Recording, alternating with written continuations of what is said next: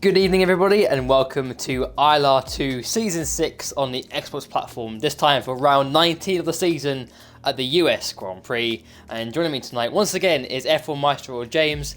How are you doing, buddy? Good evening everyone, yep, I'm well. Welcome back to ILR for the third last round of the season. We should be going any moment now. Danny was not quite able to clinch the title last week due to screen freezes and the like, but it's attempt 2 this week and the odds are much more in his favour this time. Jork must outscore Danny by 9 points in order to keep the championship alive. If he fails to do that, Danny takes home the championship this week. So Jork's got a lot of work on his hands, but we've seen him pull off some massive drives, some really impressive drives this season, most notably in Singapore. So anything could happen. We'll just have to wait and see.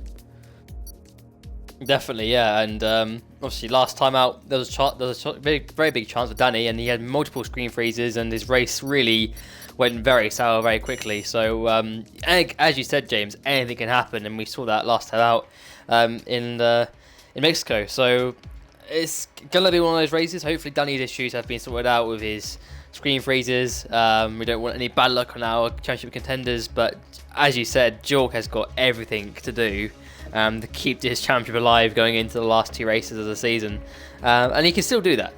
He just needs to get on with it. But just one thing with this circuit, probably not the most favoured towards the pad, would you say, James?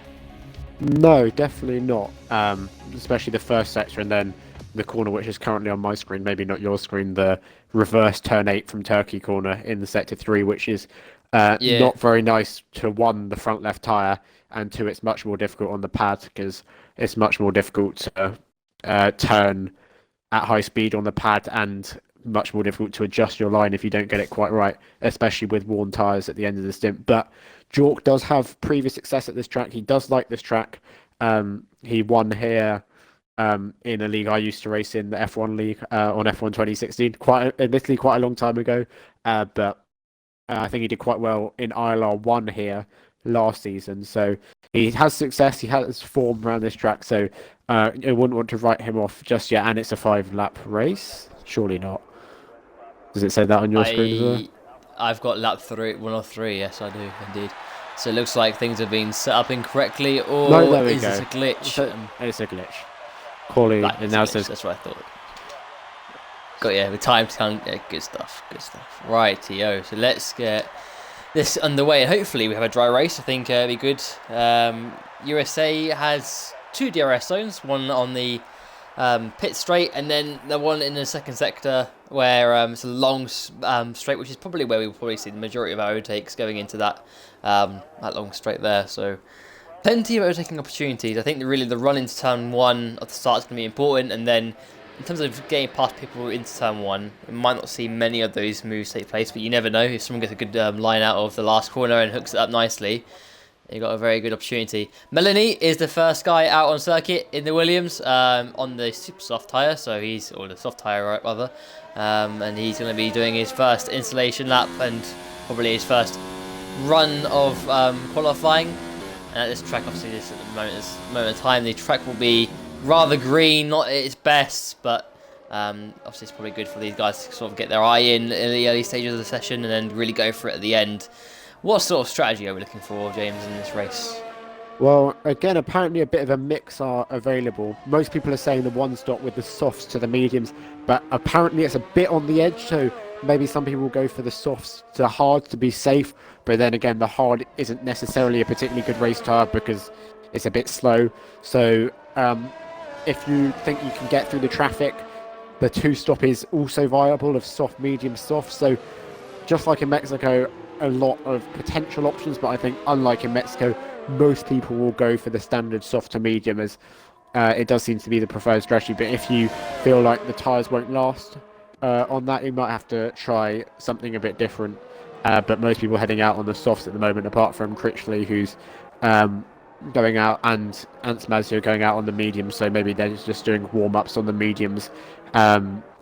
As I'm now on board with Melanie, getting blinded by the sun into the last corner, taking a very wide entry into the last corner to get the power on and give yourself as long a run to the start of the lap as possible, as we now head down the pit straight, up the hill towards turn 1, quite a difficult braking point, and you can't see the apex of the corner till very late, but he has hit it nicely, straightened the car on the exit and flat out through the right-hand kink of turn 2 as we now head towards the S's, much like Maggots and Beckett's and Silverstone, flat out through the first 2, downshift for the third left-hander, and then another downshift for this long right-hander before completing sector 1 through another left-hander, downshifting all the way as the speed scrubs off up through this mini chicane here.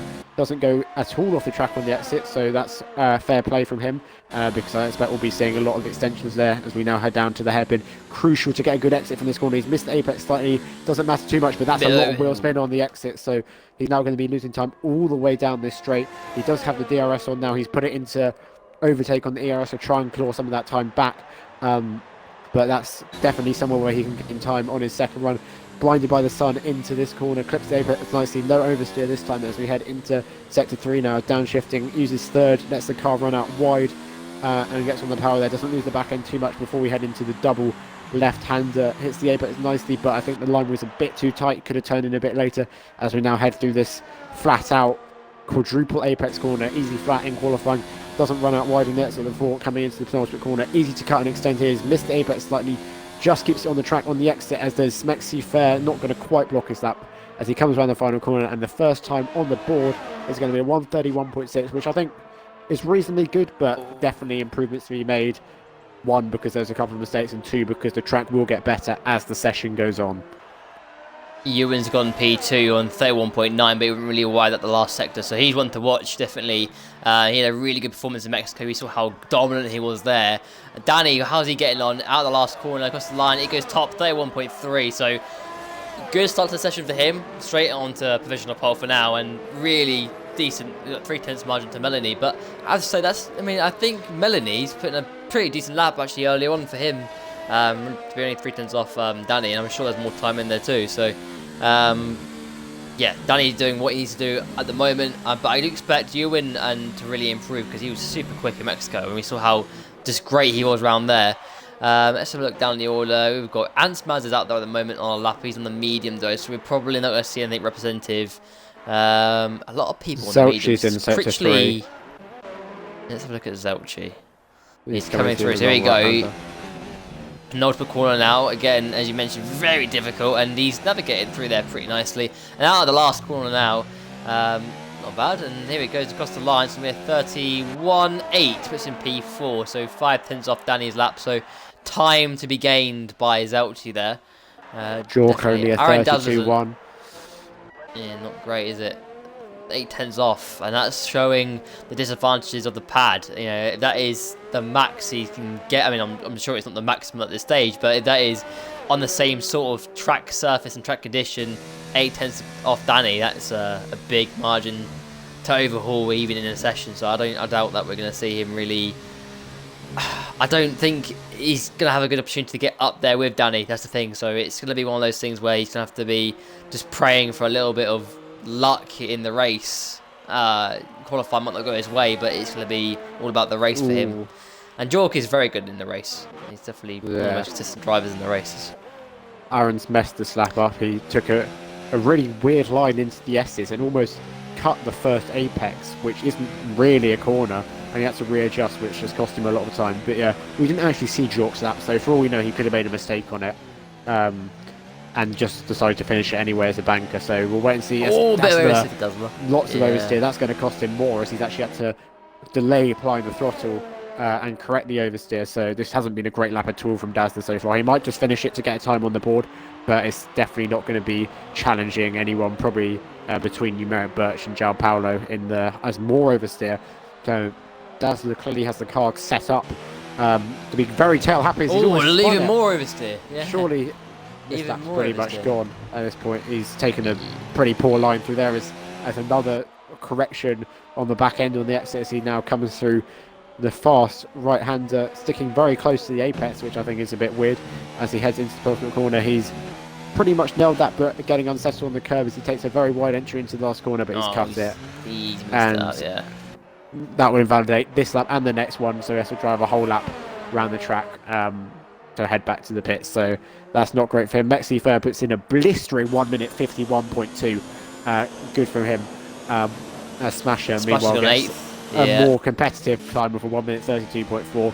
He hasn't been here for a couple of weeks, so he'll be looking to get back into the swing of things. Just a bank of him, so he'll be looking to build on that on the second and third runs in the session. Anyone else on a lap? I think not really. I think everyone, we've got Pigeon mentioned, particularly on the mediums, is doing lots of laps to try and get used to the circuit, I think. Mex, Zifa going again, seemingly, on his softs, but they're already 2 laps old, so again, I think it's just him getting a feel for things out there, not really giving it any representative lap times. But the top 5 are well on out laps at the moment, so we're probably going to see some good lap times coming through very shortly. Who's the head of that queue? Danny's just started a lap. He hasn't got a time on the board yet, but he got a fantastic podium last week, the only person to pull off the one stop, so he'll be looking to continue that form into this week. Currently last because he hasn't done a time, but here he comes. Here we go, through the S's. That's not a great line. He took too much speed into that left-hander, but he's recovered it reasonably well. A 24.8, and then he's very deep there, though, into left-hander. Yeah. So Ansmer's not been a great start to the lap as he's cut and extend that corner, so not happy. He might get away with that, though. Yeah, not happy, but he probably will get away with that. And here, he's nailed that pretty nicely. He's hit the apex, and there was a ghost car there. I saw that. Yeah. But good exit from Ansmaz, and he's now down this very long straight, which we expect to see quite a lot of overtakes in the race. Probably the best opportunities getting into this corner. And he brakes just before the meter board, down into second gear and actually first gear to get a bit more time in, and he's going to navigate through there. 1 minute 1.5. That's deep though. That's not ideal whatsoever. Not a great line.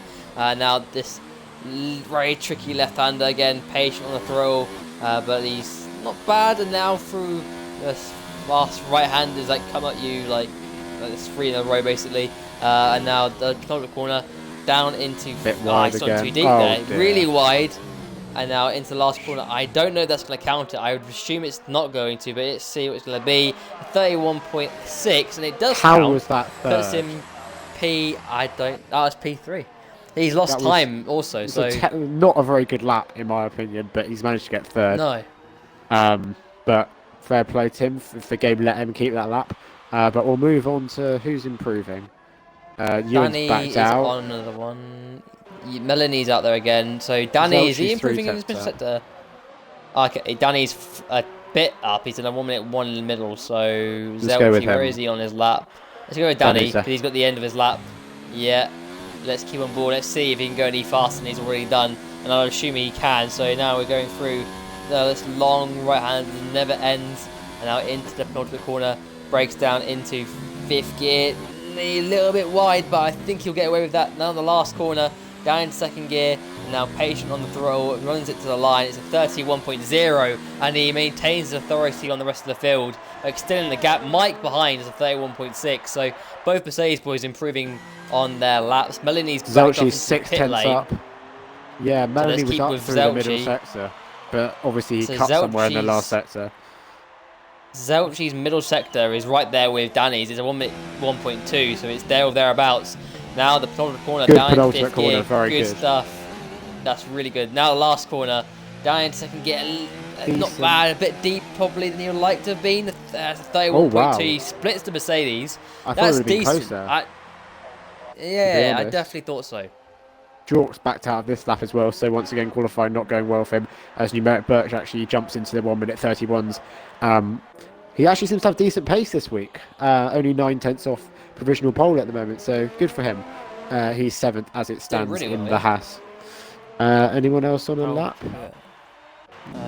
Jork is back in the pit lane. Smashes on an out lap at the moment. Ewan, I think he's not on a flyer. He's actually backed out of it. He's not really on a really quick one. Mexi Fair's just starting a lap. Ewan's back in the pit. Let's go to Mexi for giving us some TV time. Here we go. He's into turn 1 now. Down into second gear. Actually, first gear to get a bit more turning. And now he's down. Almost, it goes downhill, then back uphill here. Look at this. The elevation changes. And now through the fast sweeping left, right, left. Almost Silverstone-esque. And that's not a bad line, actually. That's pretty decent. He's that's a bad line, though. That's a bad line. It was like enough in the first sector, but he's throwing away a load of time. So there's still time to find for Mexi for here. And now he's heading up into this this almost hairpin and down into first gear. No, not bad on the apex and not bad out of the exit, so pretty decent. Now hits DRS, now it's long straight now. This hasn't been too shabby. There's time in it, but it's not been too shabby. Brakes for the 50-meter board down into first gear and then It's a bit of a second tight and third to get. Yeah, it's 2.3. Well, he's 15 seconds up. Yeah, on it's his a lot. 151.2. So if he can just tidy up the last section, he'll at least get a semi-competitive time on the board, something to aim at in the last run. As he's coming through the fast right-hander now, I'm pretty sure he's on the pad, so he's done that pretty well. As he heads into the penultimate corner, very wide through there, taking the Antsmaz line, but he'll probably get away with it. As Dazzler now goes second, beating his teammate by 300. Big slide on the exit of the last corner, but it is a 1 minute 32.9, and that jumps him up into 12th.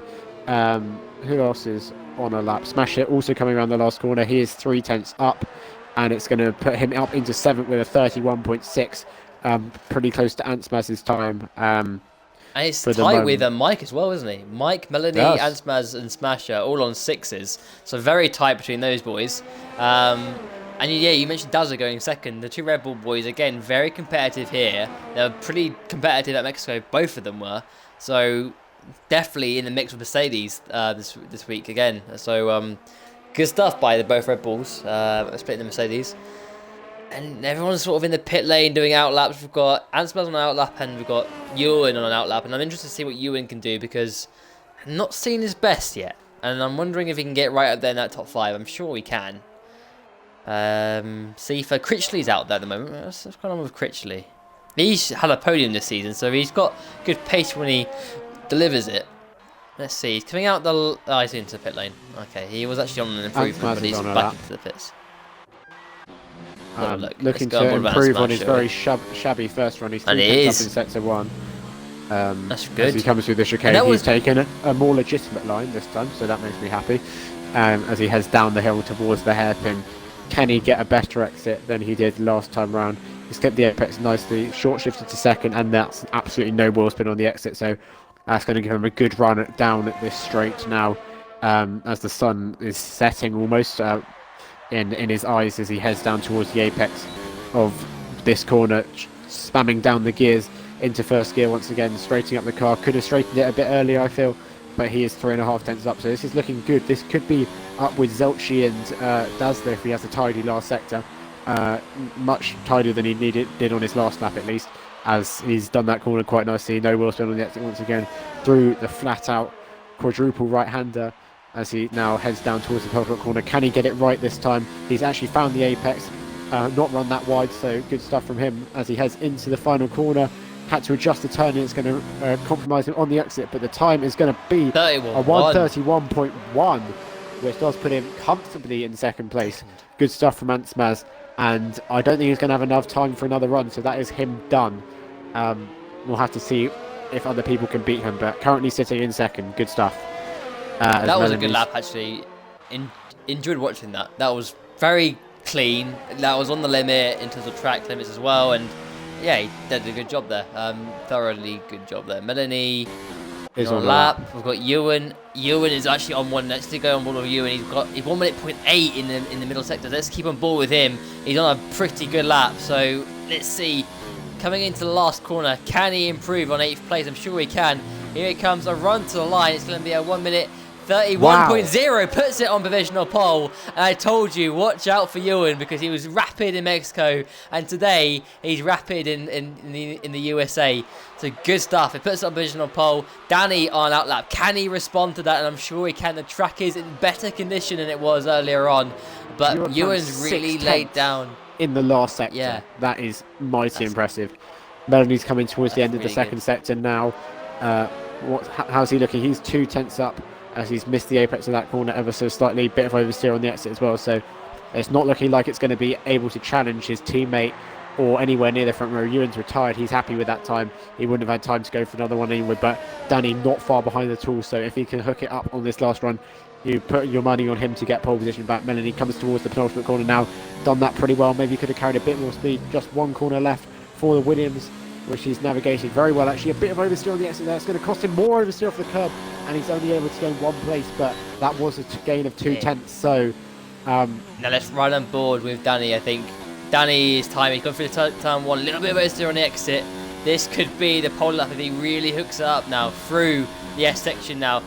Left, right, left, and then right again. Is he up in the first sector? It's a 24-4. He's up by a 10th, so he's got time. Now he hugs the inside here. He really hugged the inside. Doesn't cut. He needs to run it a little bit wide, but he's not too bad. And now we're heading down into this next corner. Brakes before the 50-meter board. Down into first gear, and then short into second. And third, a little bit deeper than he would like to be, but he's got the exit. And now it's a long wait. Hits the DRS. Now it's a long wait heading into the next corner. He can kind of adjust what he needs to adjust before the next corner as it comes up really quickly. He can brake before the 50-meter board. Down into, I think it's going to be first gear again. He's locked the front left, but he's okay. Is he still up in the middle sector? It's a 1 minute 0.9. It's slower than Ewan's middle sector, but he is up. Now he's a really good last sector now. Turns it in, and now he's a good exit, which he has got. And now through these very fast right-handers now coming up really quickly for him. And it's flat out, and now the penultimate corner down into fifth gear. Turns it in. A bit hesitant on turning, I feel. And now the last corner, it's been pretty clean, but is it fast enough? Here he comes, the run to the line. It's a 30.9, and he has beaten Ewan, and he puts it on pole position. The Mercedes driver who is competing for this championship, looking very good. Mike's on a good anyone lap. else? Dazzler and as well. Laps are done. Their laps aren't good enough, I don't think. But Mike's on a good lap as he comes into the penultimate corner now. Can he jump ahead of Melanie? Can he jump ahead of the two Red Bulls? We'll have to wait and see. Final corner now, down to second gear. Can he avoid the wheel spin on the exit? Critchley puts it into sixth. But yes, Mike can. He jumps up to fourth. Almost even beat Ansmas there. Good lap from him. Jork wasn't able to improve. He's down in 12th. And we're just waiting on Smasher, I think, now, who's visiting Narnia in his laps. He's 3/10 down in the middle sector. So I don't think he's going to improve either as he's crashed. So there we go. Yeah. Danny nicking pole at the end there, and with Jork well out of contention, the title is, well, he's got one hand on the title, 1.5 hands even, I'd say. Yes. Although Jork does get to choose whatever strategy he likes, starting from 12th. So there is some benefit. So there you go. That is your grid order. Danny M7 takes pole position in USA and took the fight to Ewan, who showed really good pace in Mexico and again carried that form into the USA. He's in second place. Watch out for him in the race. Third place, Ansmaz, again, continuing very good result in Mexico. Again, here, decent stuff in third. Mike in fourth. Dazza in fifth. Zelchi in sixth. Critchley in seventh. Melanie in eighth. Smasher in ninth. And Numeric Birch in 10th. Japalo in 11th. Jork in 12th, but obviously got the freedom for strategy. Sifa in 13th. And then Pigeon Munch in 14th. And Zissou in 15th. Didn't set a lap time whatsoever. That is your grid order.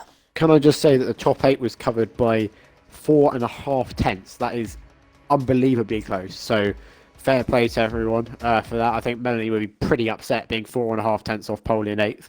I would be for sure. But here we are in the race. Dry for now, looking pretty sunny as well. So given pretty much everyone qualified on the softs, I don't think there's any rain to come later. So that's good news for us in terms of a dry race. Get everyone to apply whatever different strategies they feel are the best, and we'll see what happens with that. But Danny's starting on pole, but I believe that's the outside for turn 1, unless I'm wrong. So he'll need to watch out for cars launching it up the inside, because the track is very wide on the entry to turn 1, but it does narrow in quite quickly at the apex. So there may well be some contact in there, and Danny needs to make sure he avoids that, which he should be able to at the front. But you never know. It only takes one person to want to be a hero into the first quarter, and well, there could be disastrous consequences. As I'll have a look at the tyres. No, I won't. Yes, I will.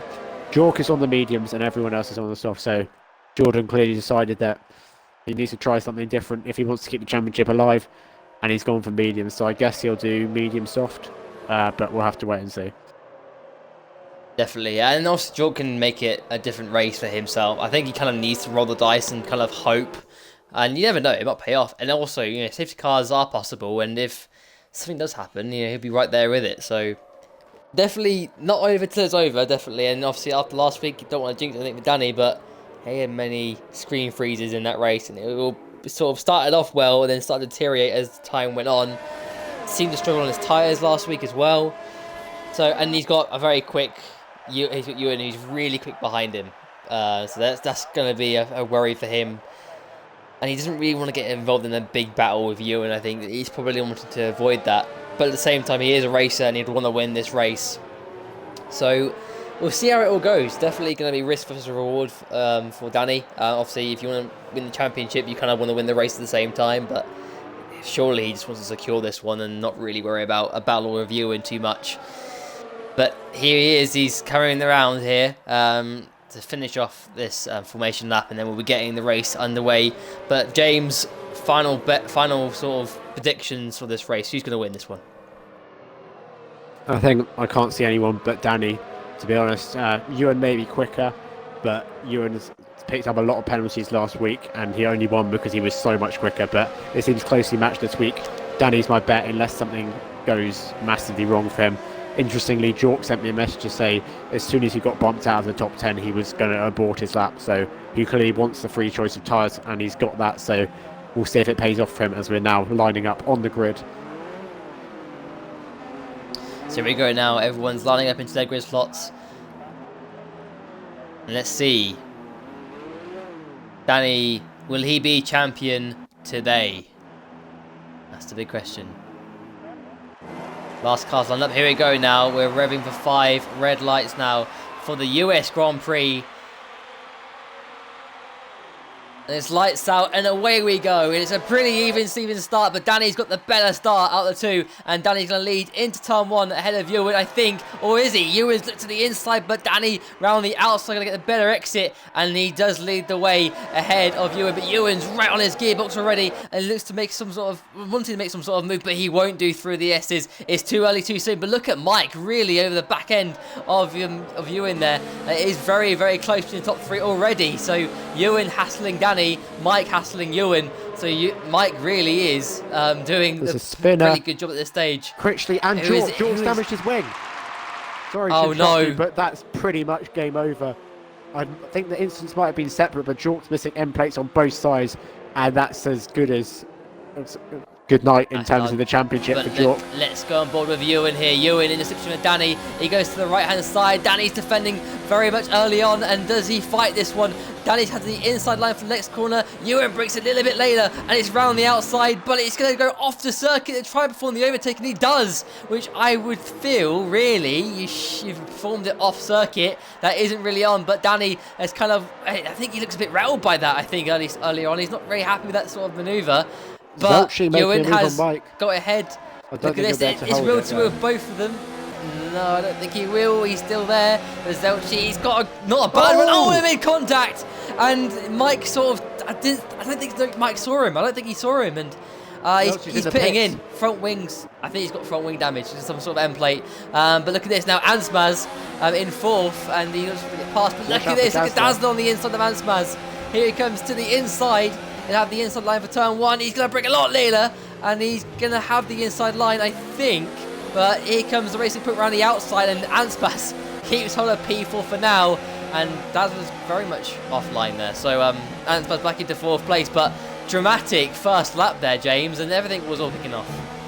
Yeah, Zelchi's retired, which is quite disappointing. I expect better from him, really. Because Jork's going to continue on. But yeah, in terms of the Ewan Danny incident, I think, yes, Ewan went off the track, but I think he has the fair argument that Danny didn't leave him any space to go elsewhere. So, and if the game hasn't told him to give it back, which he didn't because he didn't get a penalty for it, it's fair game. So he's into the lead and has started putting a gap already, 7/10. But Danny with the slipstream closing up ever so slightly. But if he can get him out of DRS by this time next lap, then maybe he can make a charge for the win, but he needs to be careful in terms of the track limits because it's no good being quick if you can't keep it on the track, which we know Danny can. So Danny will be just looking to stick with him and not pick up any penalties, and hope that comes to fruition at the end of the race.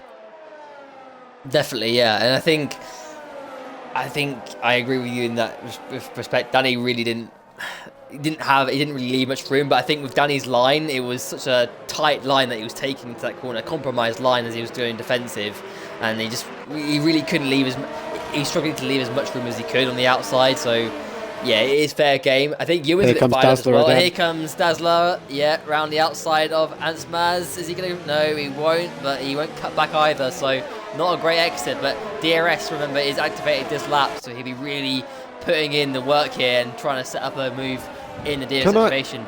But can I just say, Mr. Pigeon Munch is up 8 places. He started down in 14th and he's currently 6th. Mexi Fair also up 5 places from the start. So they clearly avoided the Critchley contact, and they're looking in very good positions on the fresh soft tyres here at this early stage, especially Pigeon Munch because he's on the pad, and I think Seafarers as well. So they'll be very happy with that for sure at this stage. Pigeon Munch just about still within Aaron Dazzler's DRS this time. And Smaz has got DRS as well on Mike, I think, just about. I don't know how he's got that, but he goes to the right hand side. Has he got enough in ERS to overtake? And he has. He's bringing a lot deeper, and it's wheel to wheel. Racing point on the left hand side, but I think Dazzler will have the inside for the next corner, which he does, and that means that the Red Bull has got in front of the Racing Point, and he's got in front. Really good job by Dazzler. Decent move. Bit of a struggle, I think, in what you'd like to have seen. I think DRS for the Racing Point on Mike was made it a little bit difficult, but Dazzler into 4th place and now hunting down Mike for that final podium place. That is his next target, 7/10 ahead.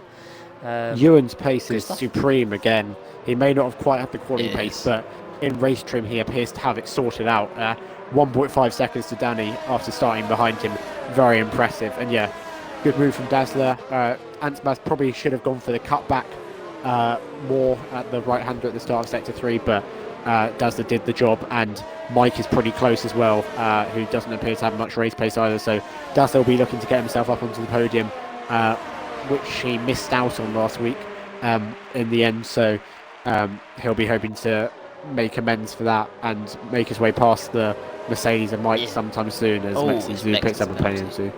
I think there's one thing on Ewan. I think I saw in the chat that he didn't have DRS for a lot of qualifying, and he only had it on his final lap. So I think that put him on the back foot a little bit, and he's only able to have 1 lap of DRS, which was the lap that he did his fastest in qualifying. So I think that's fired him up a little bit because, you know, he kind of wanted to be on pole, and he didn't really have a lot of laps to really use DRS and get sort of blended in and get his rhythm in. As Dazzler's closed up on Mike here, but not by enough in the DRS. But Dazzler's got some really good pace, really strong. He's been good obviously in the top 5, and he's really hassling Mike here. So he's looking on for a podium if he can get past the Mercedes. Mexi Fair's just past Melanie. Sorry to interrupt. So I don't know if Melanie has damage because he's dropped back quite a lot from Pigeon Munch, or whether that was just battling between the two of them. But yeah, Seafair up to 7th. 2 seconds behind Pigeon Munch, and Melanie dropping back into his starting position of 8th as it stands. Seafair driving one of his best races of the season so far. He's doing a really solid job. So 7th place, 6 points. If he can hold on with that, that would be excellent. There is a battle forming up. Pigeon Munch now has got on the back of Ansmaz. And obviously he's our mover of the races, Pigeon Munch. I think that's because Mike is slow. Is the only way to put it. Yeah, because it's the train starting to form, and Dazzler's really looking for the opportunity this lap. I think he's going to have it if he can hook up the exit out of the hairpin. If he just hooks it up, he's got a really good chance. But yeah, Mike is kind of not pace. No, he started gaining on Danny this lap. So yeah, I don't know if he was saving ERS at the start. His ERS is only at 50%, so I wouldn't suggest that. Meanwhile, Dazzler's with 100% ERS. It's a decent exit, but Mike's exit got a good chance here. Was better, but Dazzler has all the ERS to deploy slipstream all the way down the straight. It might have to be a braking maneuver. Here he comes. But here he comes up the inside. Down the inside. So early. Well, Dazzler's just overcooked it. Dazzler's gone really late, and will he be out? Contact as he come back on circuit. He's in the wall, and I don't. From my perspective on that, I think it was an unsafe rejoin by Dazzler. That's my opinion on it. But I would probably be inclined to agree with you. I think it was really. He went deep off the circuit. Mike's just taking his normal line, and really Mike's gone, well, you're off the circuit, you're going to have to wait. And I think that's pretty fair. From what I just saw, I think that's pretty much Aaron's fault. And it's, I think we'll have to re-review that after the race. But in my opinion, from that, it looked like it was just an unsafe rejoin by Dazzler. And another Red Bull blown. Making these contact two, with Mike. Dazzler. Yeah, exactly. Dazzler and Zelchi driving really good in qualifying and had decent starts to the races and just gone absolutely wrong. Is now Pigeon Munch is looking to get past Ansmaz, so watch out for this. Pigeon Munch, I have to say, he's probably in a good shot of a podium here, 100%. Yeah, if we can keep it together. Smasher picks up a penalty, but yeah, Zelchi said that the team didn't replace his wing, so I take back the complaint about him retiring. It's fair enough if the team didn't replace his wing, because he would have had to stop again on the next lap, so that's unfortunate for Zelchi. But Dazzler joins Jork at the back of the field, they'll both be hoping for a safety car. If you mentioned Ansmaz's DRS, Ansmaz also got DRS somehow on Mike. I don't know how he's getting it on Mike. Maybe he's gaining it in. He just got it. Maybe he's gaining it in the first sector and he's losing it again.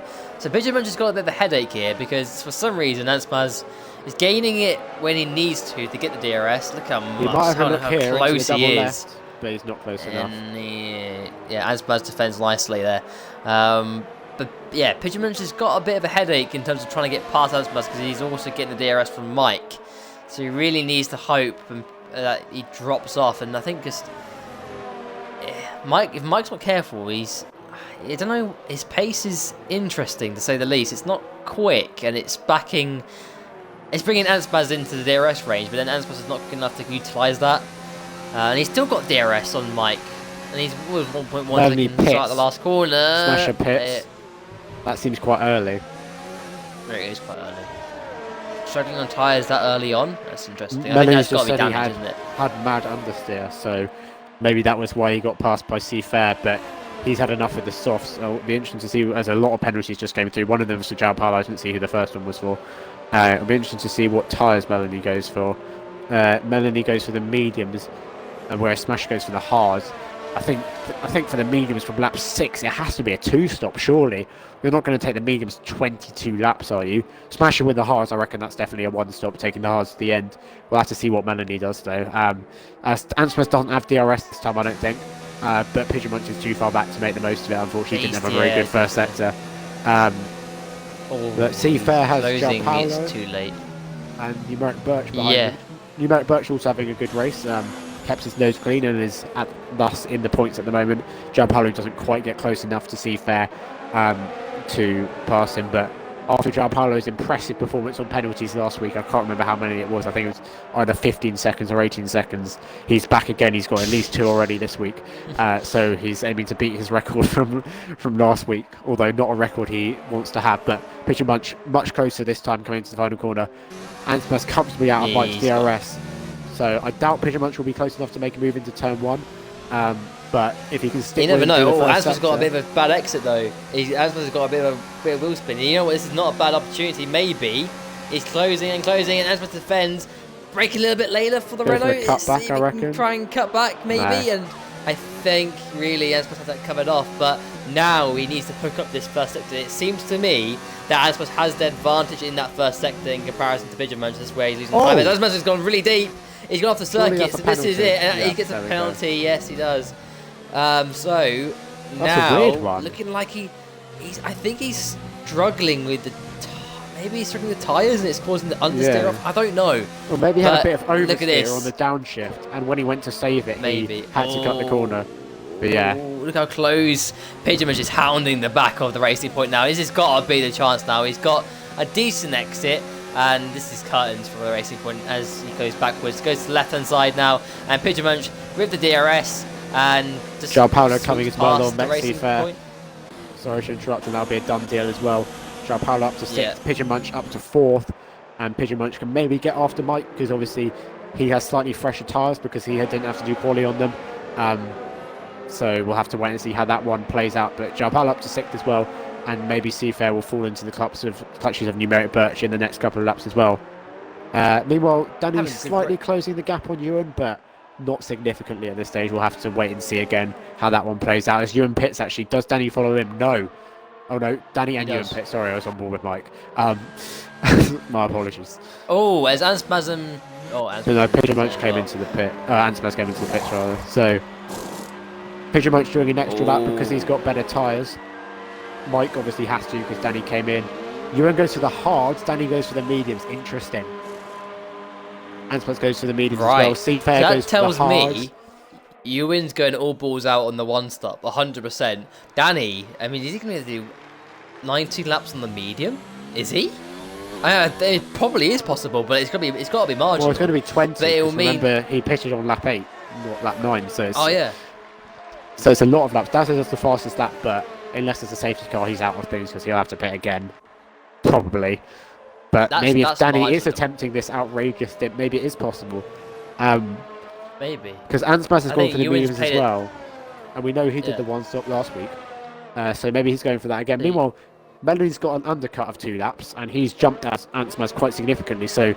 And he's right behind Zissou now as well. He's trying to get past Zissou. He'll get DRS and pass him. Can. Oh, no, actually, you know what? He's got him on the exit, and actually Zissou's let him go. Mike might have to watch out here. Melanie could have enough to pass Mike. He'll definitely pass Pigeon Munch in my eyes. And if he has a good rest of the struggling. If Mike's struggling, really I think he needs to watch out. Yeah, a big lift through the long right-hander, and the extra lap here could cost Mike a position on the track as he'll dive into the pits. I imagine Pigeon Munch will follow him. Not a great lap from the Renault. Actually, Mike gained on him. No, Pigeon Munch stays out again, as though Pigeon Munch really extending the stint to make sure he can get whatever tyres he puts on to the end. Gianpaolo does pit, however. Numeric Birch also stays out. He joins Pigeon Munch, and that is a 1-2 I did not expect to see. Ewan will follow those guys through in the net lead. Danny in second, but where is Mike going to come out in relation to Melanie? Melanie rounding the final corner now, across the line. Ansma still stuck behind Mexizu, and yes, it's going to be close, but I think Melanie's going to have him. Melanie's got it, I think. Yeah, definitely has. Mike's on the inside, though. It's close. It's really close, but look at that round the outside. Melanie into P5, and what an undercut that's been. I mean, he's going to have 3 lap older mediums, and he probably have to pit again, but yeah, fair play. He's got track position on Mike. And now Mike's got, he's done in 6th. And Anspers is in 7th. So, because Pigeon, Pigeon mentioned Birch haven't pitted. The question is if Melanie has the pace in this stint, and if he can make the tyres last, because his pace wasn't very good in the first stint, but maybe he just wasn't a fan of the soft tyres. Maybe the mediums will work better for him, but Mike's going to have an opportunity straight on the block, so he's got decent levels of ERS, not too far behind, decent exit from the hairpin as well. And I think he might have him here. He's closing big time. Melanie goes defensive. Mike's going to go around the outside, taking the racing line into the braking zone. Melanie tries to brake later on the inside. But and it's Mike on the inside for the next corner, exit. And there's not much Melanie can do there. So that was entertaining but short-lived as Melanie's getting oversteer right away as Mike moves back up into what is a net third. And Danny already within 1 second of Ewan. So, I wonder has what Ewan messed up the strategy, or does Danny have to pit again? We said there was multiple possible strategies available to us. We don't really know. Numeric Birch pits. Pigeon Munch stays out for another lap. And the fact that Pigeon Munch is staying out suggests to me that the mediums won't last. Yeah, that's exactly it. There's no other reason for him to stay out, in my opinion. He's probably going, I'll stay out and go on the medium and try and make the ones that work with the medium. But yeah, I think that's right. Pigeon Munch is our sort of our market here, and for me, it tells me that Pigeon Munch doesn't want to go on the hard because he's kind of feeling that that's the slower tyre, and he's kind of looks to make sure his match has gone and left the session. But Pigeon Munch is probably thinking, I don't really want to use the hard, so I want to use the medium. I don't know what Danny's trying to play here. I think he can try and get ahead of Ewan, but he's going to try and manage the race, and I don't think he's going to make it work really. So here he comes. He's got a chance, but he's too far back this time around. So it'll be the next time around he'll be able to get the opportunity. I wonder what his plan is. I definitely think it's got to be a 2-stop, and he's going to be running the soft at the end, and then hoping that Ewan's tyres absolutely. If he is, that would be he'd be closing up big time because Ewan would be struggling on those hards through the first sector. And has also got past Melanie now, so. Melanie that doesn't seem to have the pace to compete with these guys, unfortunately for him. Maybe he can stick with them in the DRS, but for the moment that's game over on that. But yeah, well, if Danny does have to pit again, we'll have like a real life situation like in Hungary this year where Hamilton was chasing down Verstappen on the fresh tyres at the end, but Pigeon Munch now does pit, and I imagine he will now put on the mediums to go to the end. So the question is, can Danny's tyres do the extra 3 laps? He's not going to be close enough, I don't think. No, definitely not. As Ewan defends nicely. but he's too He'll far try back and to get make a it good work. launch. Yeah, definitely. But he'll try and get a Paolo good. just the He'll have fastest a lap, meanwhile. That's a he'll have weird the one. benefit of softer tyres through the first sector. He's going to be. Oh, he's lifting quite big time through there. So, Ewan taking a better line on the hard tyres on. Definitely Well, I looking think pretty good Danny in the was first sector in scared of comparison. running into the back of you, and if I'm being brutally honest with you, didn't want to get into a silly Yeah. incident. He knows everything's under control in terms of the championship. Just play the long game. Although if he is two-stopping, he does need to get past him quickly. If he is taking these tyres to the end, he can bide his time a bit more. Pigeonmuch comes out in 7th actually, so he's lost a lot of ground. Because remember, he was ahead of Ansma, so he's lost out to Melanie and João Paulo, as well as Here what's a lot of Danny. time. Is he close enough? He's closing. He's too far No, back, he's surely. too far No, back again. no, definitely not. He's got to sit behind him a bit more longer. He's got to try and get a better exit out of that penultimate corner. He's getting close really here. He might have a look into here. He's got No, a really good poor grip, exit. so you never know. And Ewan goes defensive, so you were well aware of the prospect of that move. But if this is the one stop Danny's going for, I said he was able to take his time, but that's true to an extent. But the more time he takes behind Ewan, say he is on the one stop for the purpose of this argument, the more time he takes behind Ewan, that's less time he is pulling away from Ewan and building the gap for the end of the stint where the pace transfers over to the hard tyres, which Ewan is on, He's and close he'll be able again, to hunt back down. but he's too far Again, back. the straight's not long enough. So at the moment, Ewan's ERS is just enough to work as Mexi Fair picks up a time penalty. Aaron Dasser picks up a Not a time bad penalty. exit from Danny, but Danny No is... way through. Surely he's not. No way. No, definitely not. Definitely not. Don't bother. But yeah, here he needs to get a good first sector and get a good launch off the hairpin, because that's his best chance. And he's compromised lines. It's not looking good. Well, eventually Sure. he's going to wear down Ewan's ERS enough. At the moment, it's at 35%. In a couple of laps, that will be near zero, and I Danny think will be able to this go might past be him. this might be the chance here, because he's Ewan's really backed close on him his up through the gearbox. So this hairpin, is though, it. but he's close Yeah. enough. This would be it, I reckon. Yes. DRS on now. So here he comes. Yep. Left hand side, I predict. You will not fight it as hard as he'd like. And there we go. Danny into the lead of the US Grand Prix, but has work to do if he wants to keep hold of it. If he is trying to make it the one-stop work, he's got his work cut out, definitely. And as you said, James, earlier, he's got the better tyre. It's a quicker tyre, but, for not as long, because the hard will come. Oh. And as now Ewan gets a penalty. So, Danny's got track position, got a better tyre on. He can try and extend that gap up and not push the Danny tyre does too have hard to one get to the more end of the now. race. Right. So he doesn't have a spotless record, but it's not like he's on the edge of getting a penalty. He's still got one free warning available to him before he does incur that penalty. But yeah, that makes Danny's life a little bit easier, but we still don't really know what he's trying in terms of strategy here.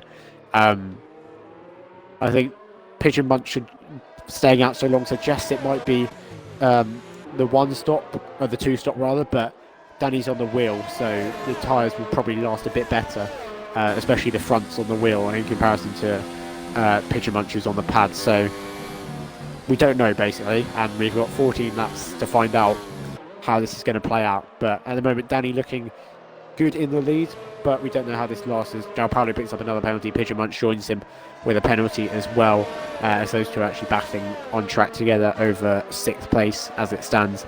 Ansmaz, meanwhile, is behind Mike, that. I don't think he's close enough. He's Close building enough, up some good definitely ERS, though. He's been Mike's good is- in the. Yeah, He's go been on. good in the last sector in comparison to Mike.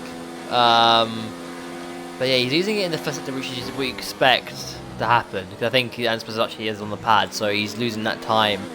But he does it. It's pretty even Steven between these Ansmas two. isn't But I on think the pad. He's on the wheel. is he not? He's on the wheel. Oh, Yeah, is he? he's on the He's wheel. on the pad because his movements aren't smooth. But anyway, yeah.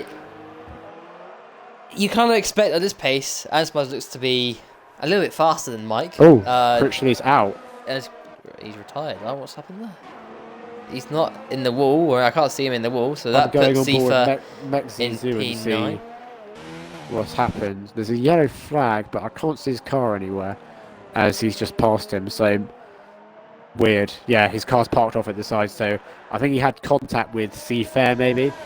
Seafair looks to have damage actually, so well, maybe not, but to be fair, was ahead of Numeric Birch before the contact, and now he's 4 seconds behind. So I'm going to guess those turned an incident, which is unfortunate for both of them, but that takes the runners in the race down to 12. But Jork's still outside the points, and Danny leading the race. Something pretty drastic is going to happen if Jork's going to keep the championship alive, as Danny is starting to build that gap up, getting close to a second as we speak, as Critchley leaves the session. Yeah, again, Anspa's not so good in the first sector in comparison to Mike. Mike building that gap and getting the gap open to as much as he needs in order to try and get past, try and defend against the racing point. Yeah, Anspa's definitely, I feel, faster in some parts, but Mike, bridging the gap when he needs to and building that gap when he needs absolutely at the right times. Remember, Joao Paulo and Pigeon are having a good old ding dong. They're 3 tenths separating both of them two, so they're going for it for 6th place, and Pigeon has got a penalty now in the race, so I think Joao Paulo also does. So this is for proper track position. But not really anything else going on here, James. Just 8 tenths separating Ewan and Danny. Danny hasn't really bridged the gap open, which tells me that he's trying to save the tyre a little bit more, maybe. And then Anspa's 6 tenths behind Mike, and then we've got this battle between for 6th place with Pigeon Munch and Joao Paulo. So it's a bit quiet out there. Everyone's sort of in their own zone and driving their own races, really.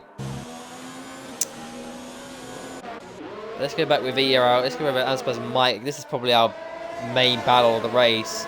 Again, Anspa's really on the back of Mike here, and then loses it all through this first sector. He's just not as quick, unless he can really follow Mike and just hope that he doesn't lose too much lap time. This is the idea. He's still within 4 tenths. Now I'm wondering if it's this corner where he loses the time, as Mike's not got the greatest of lines. You know what? This is not a bad opportunity for Anspas now. He's right there with him. It's 2 tenths behind. Mike is looking vulnerable. This has been a very good first sector from Anspas. So this is his prime opportunity to get past the Mercedes driver here. So he's got not a great exit. Mike's got a better one, but he's going to have DRS, and he'll have a lot of ERS to use. And you know what? It goes to the left-hand side, and that is a done deal. That is Anspas up into 3rd place, and Mike could not do anything about that. That's a very good. Anspas really did navigate through that first sector very well and kept with Mike at the point where Mike was pulling away in the earlier laps.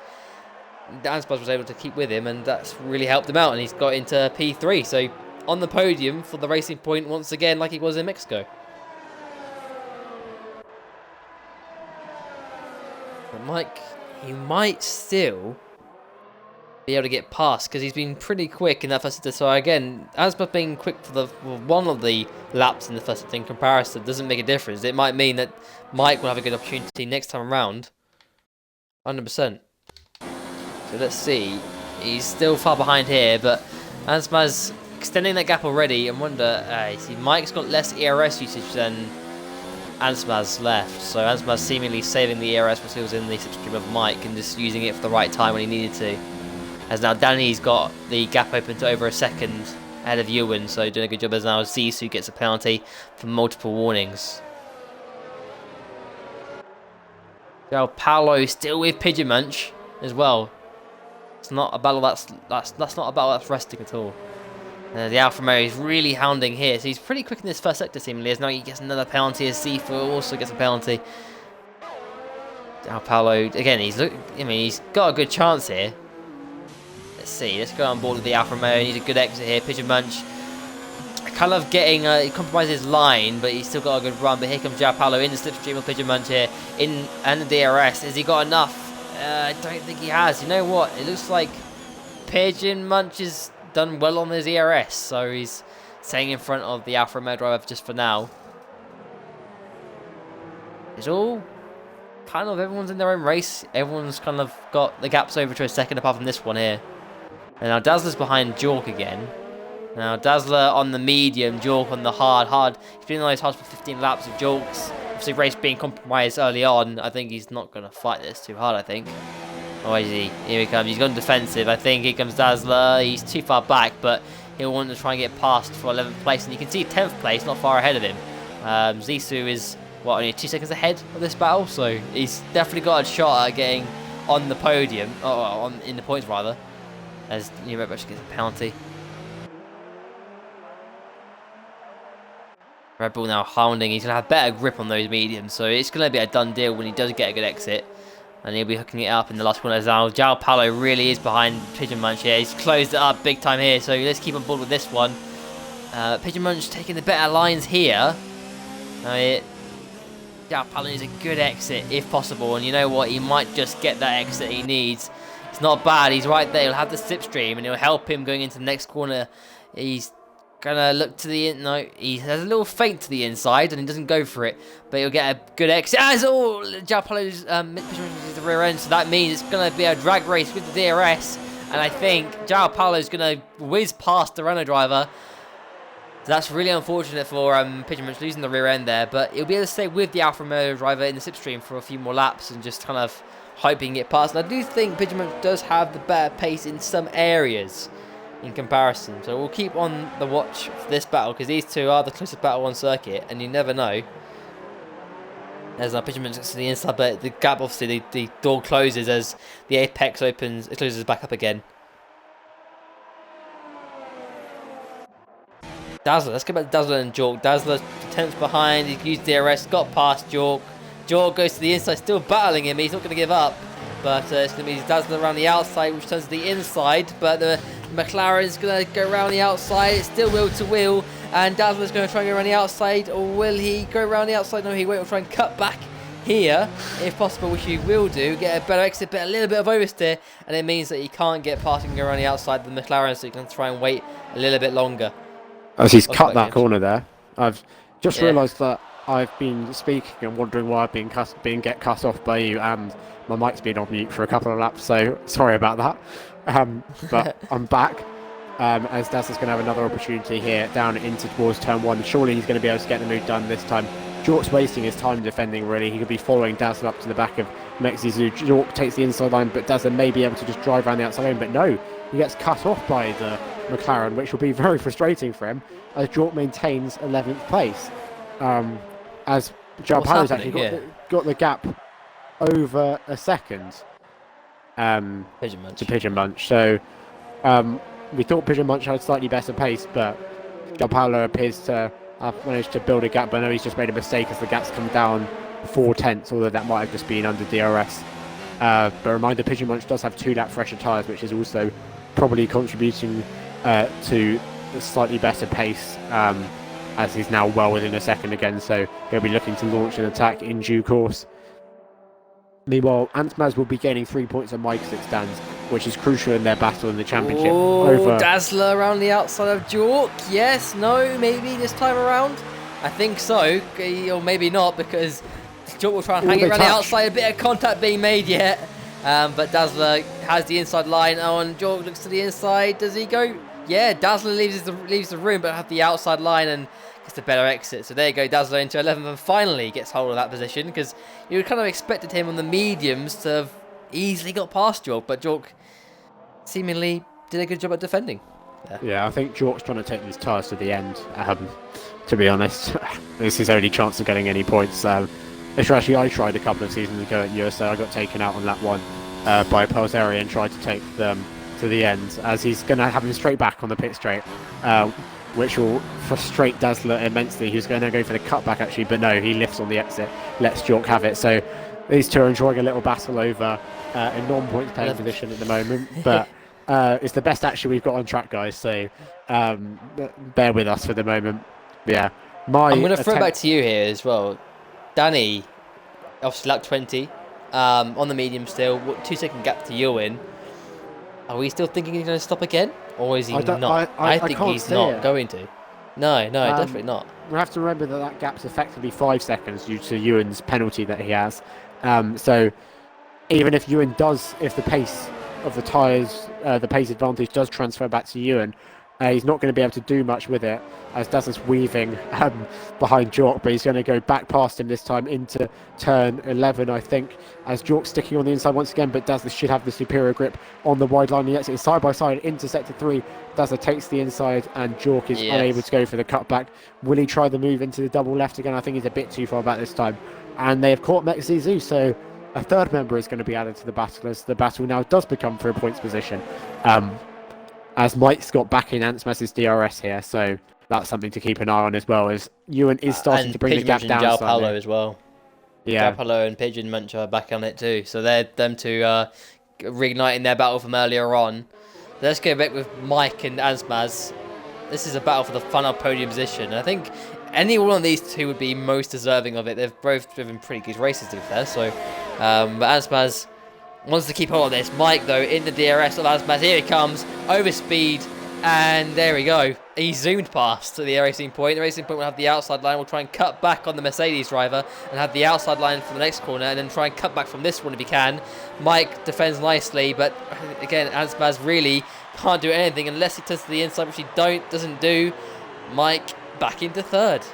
Pretty easy Stevens there. I think that was and Jork both easy. made their way past Zizou in a very weird place. So Zizou must have made an exit out of the chicane up the hill, and Laszlo getting past him so early is going to mean he's not going to have DRS on the straight, and Jork is probably going to repass him here as he gets the DRS on, but he doesn't have much ERS, but it might be enough anyway with just the DRS and the slipstream as he pulls alongside, pulls out from the slipstream and takes the inside line to move ahead of Dazzler and up into the points. Does Jork. Dazzler gets a better exit from that corner though, but he's unable to do anything about it as we head into sector 3. Maybe it's his turn to have a dive into the double left, but I think Jork will probably cover off the inside line, and indeed he does. Dazzler doesn't make the best use of the exit, and he's not going to be close enough into the long right-handers. I've got a fantastic helicopter shot currently as the cars go all the way around in towards the penultimate corner now, and Jork ahead for the moment, but will Dazzler be able to have another go on the pit? I tell you what, just one thing, James, there's one battle that isn't resting at the moment, and it is Anspaz and Mike. They're still at it with each other. So, again, Anspaz has got a great run, and he's got DRS, actually not a great exit, but he will try and close up on Mike and get a move back on him again. But I think Mike has got a bit more reusable. Actually, he's not really got much DRS left, but Anspaz is too far back, which I'm surprised about, because the amount of DRS he's got left remaining in comparison to Mike. So, looking like he's just sticking with Mike for now and trying to force him into an error as Jork gets a penalty. Which you don't really see often, do you? No. Well, this will be the only one he gets. I'm pretty confident of that.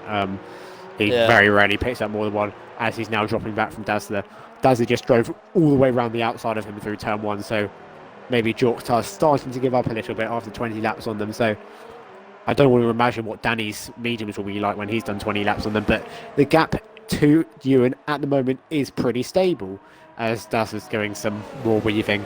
So Danny appears to have everything under control for the moment. Ooh. And Mike Pigeon Munch.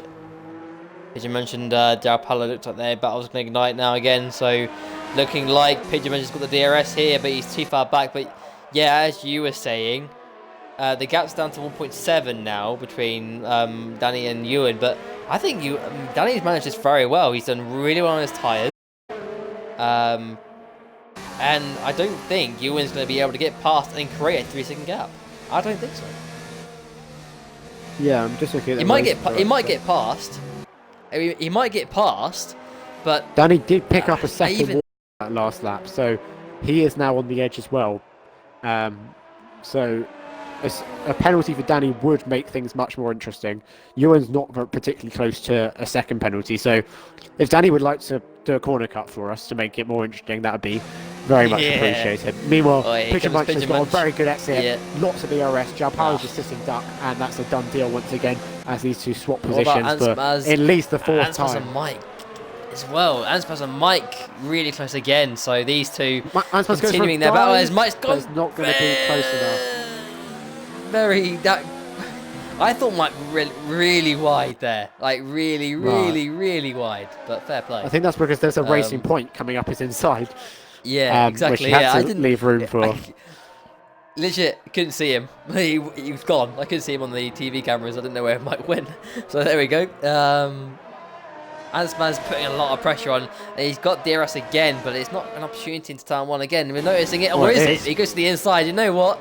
Here we go, boys. On the inside, uses the DRS, but Mike will try and cut back instead and get a better exit. It's wheel to wheel through here. No, he won't. No, he definitely won't. And there we go. Asman's into third place. But remember, Mike will have the counter attack in the next DRS zone. So good move by Asman. I think that's our first move of the day in that DRS zone. I haven't seen a move on the inside being made there, apart from maybe Dazzler and Jork, maybe? Yeah, Dazzler went That around the happened? outside, Yeah. though, so slightly different. Yeah. But yeah, have to remember, Ansmas does have a penalty and Mike doesn't, but Mike is only one warning away as Pigeon Munch picks up his third penalty of the race. So one more and he'll be even with João Paulo, and it'll actually be a battle for position.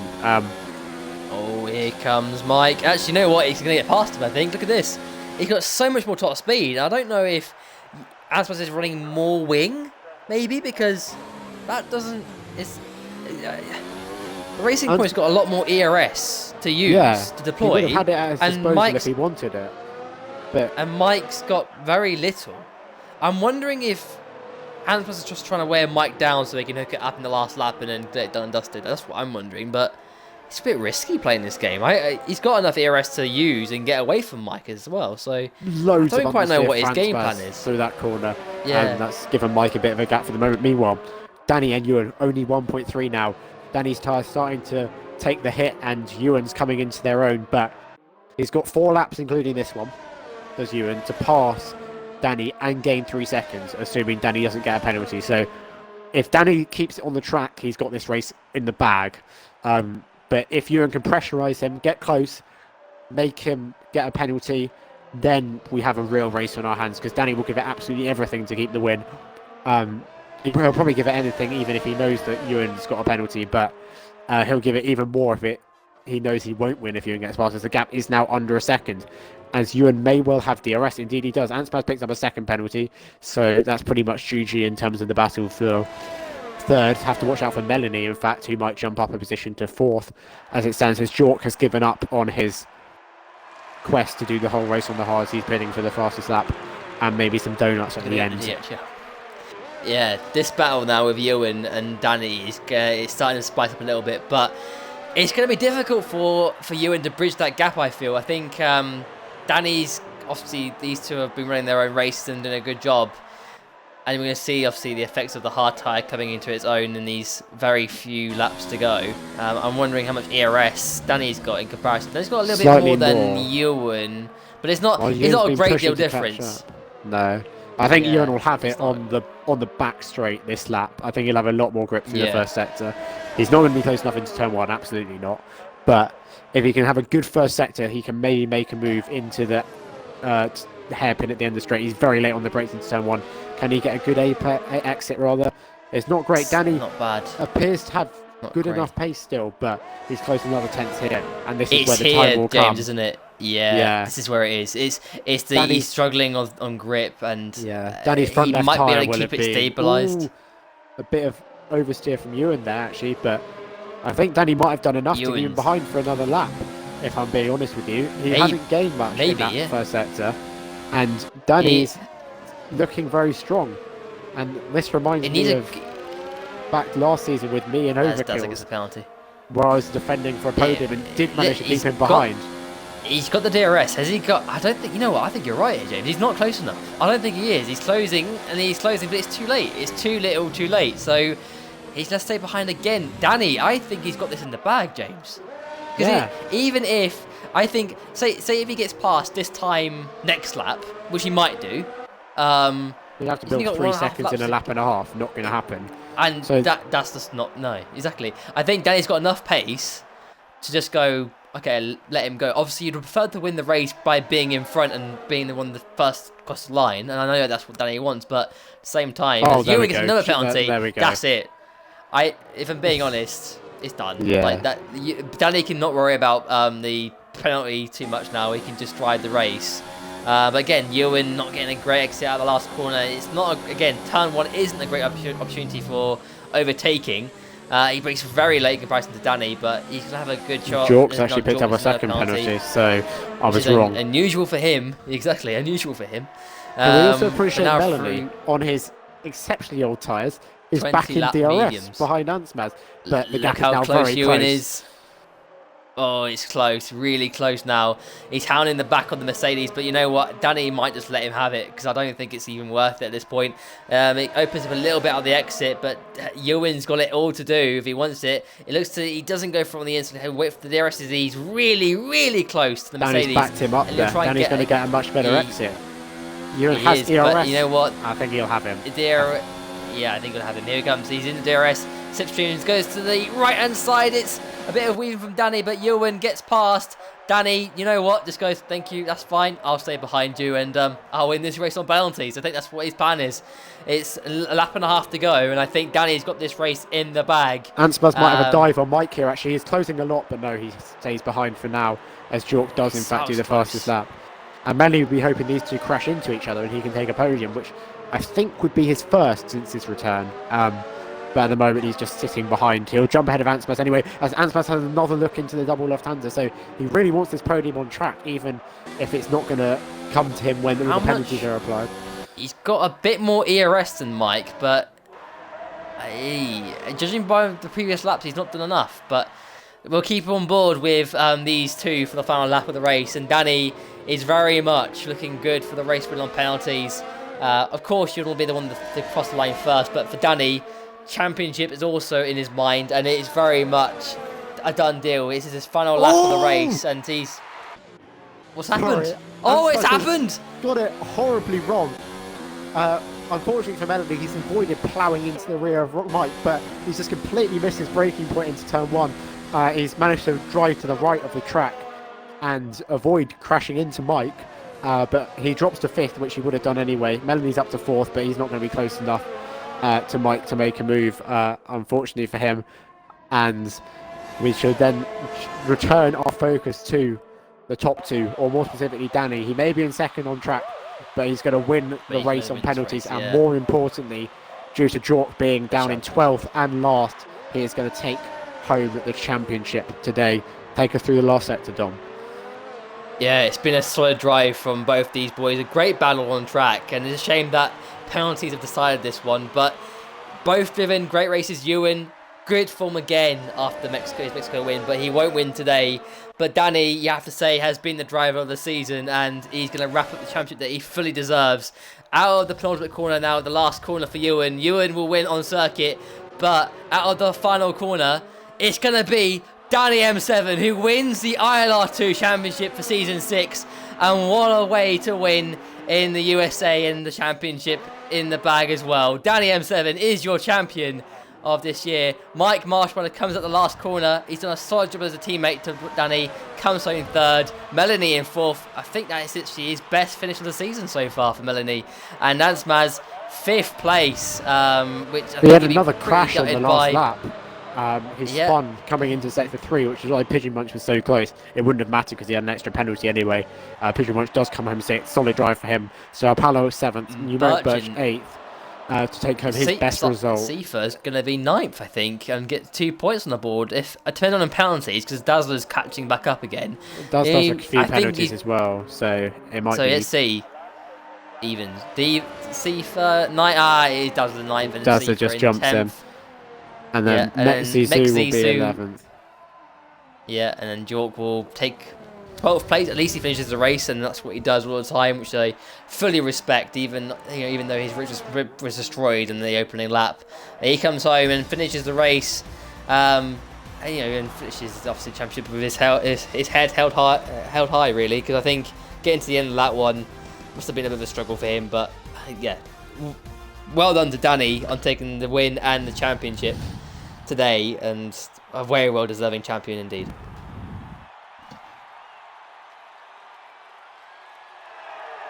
So yeah, we'll speak to Danny and Mike shortly. We won't speak to Ewan because he doesn't do podium interviews, but Danny, Mike and Melanie, all Maestro approved today. Scenes you love to see. Good job from them, as it was Danny taking the win and the championship with a flawless drive, basically. He didn't win it on track, but that won't matter to him. Ewan second, another solid result for him after finishing first last week in Mexico and second in Japan before the Christmas break. Mike takes home his first podium in a while, I think. Oh no, I think he got one in Japan as well. Sorry, never mind. Which was a while ago, actually. Melanie fourth. Ansmaz, despite lots of drama on the last lap, holds on to fifth.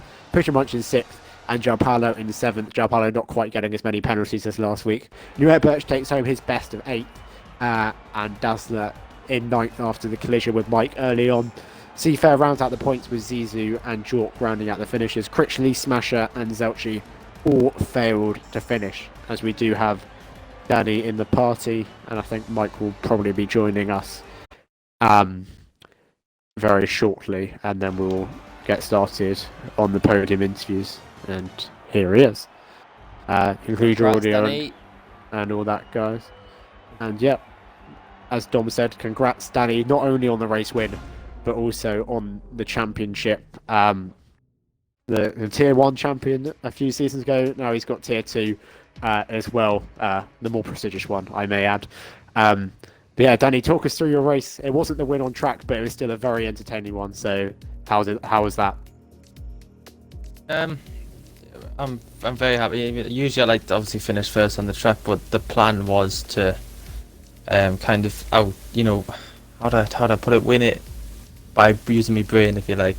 I didn't push too hard early on at the start, and I was starting to catch Human at the end of the first stint, and then obviously when he put the hard tyres on, I thought, right, I'm gonna have to catch him early, get it past him early, because as we've seen at the end, his tyres were better.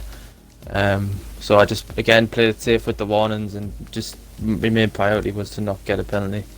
And that's exactly what I did. And I think I would have fought Ewan a lot harder on the second last lap, I think, if I had a penalty or he didn't have one. But I knew he had 6 seconds. I thought it's just really no point in getting in contact. So yeah, I'm fairly happy with how the race planned out, because that's how I wanted it to go. That's how I really practiced for. So yeah, I'm glad to wrap it up in style as well. Yeah, did Jork getting involved in an incident on lap 1 take a lot of the pressure off you, knowing that you basically had it in the bag due to his incident? I'm not gonna lie, I didn't know he had one. Okay, fair enough. So I was wanting to know where he was in the race, but I was in the party with Mike and Ansmaz, and we were all just. I think it was one point in the party where there was nothing in the no talking for about 3-4 laps. So we were all just pretty much sweating hard. So yeah, it's commiserates the job, but he's been massively consistent all season. So fair play to him. He's always been up there, and even though it might look like I've won it easy, it hasn't been, because he's been quite a tough competitor. So when I seen him get the fastest lap pop up, I was happy for him, to be fair. So yeah, and obviously as champion, you'll probably be moving up to Tier 1 again next season, so that's a new challenge for you. Are you looking forward to returning to the top tier, the ultimate level of league racing on this platform? We'll see if I'm gonna do it. Yes, I'm in two minds whether to continue for another season, but I'm enjoying the racing. It's just the commitment. So I'll see how I feel after the season's finished, but I would love to race at Tier 1 again, because it's just rewarding racing the best, really. Well, congrats once again, massive congrats on both the win and the championship, and we'll move on to Mike, as Ewan isn't here. So Mike, first question, did you shit yourself into turn 1 on the last lap? Yes. Well, luckily Ant-Man dived out the way, so, but yeah, it was a bit, yeah. I was just glad that he went off. On to the proper questions, minus the incident on the last lap. You appear to have a pretty much a race-long battle with Antsmaz, which is pretty entertaining for our end. So talk us through that, because obviously you were probably in the party together at the time. Yeah, well, firstly, massive congrats to Danny. Like, from where he was race 1 and 2 and 3, and then all of a sudden picking up his pace and getting on with it. Like, fair play. Like, yeah, he's most improved driver by far. And yeah, with Ant-Man, I knew what penalties he had because he was telling me, etc. But we kind of normally work as a team, and then the last few laps we kind of said, you know what, let's go for it. And then when he got a second penalty, I said we were kind of like, we'll only fight if like it's safe to fight. We're not going to make any silly moves, because obviously it'd be stupid to hit each other off, and then especially for him with a 6-second penalty. But yeah, and also I don't know if you saw at the start, but Zelchi, I honestly have no idea what that guy was doing. because he dived down the inside twice, and then he's given us crap in the chat saying that I, hit him when I just defended, and he just didn't expect me to defend, and lost his wing. And then I don't know if you saw what happened with Dazzler, but he absolutely dive bombed. we caught that one as well. Yeah, he he caught dive an bombed. unsafe rejoin. I think it was. It was an unsafe Yeah, rejoin. I kind of just stayed to the right of Your the track. circuit.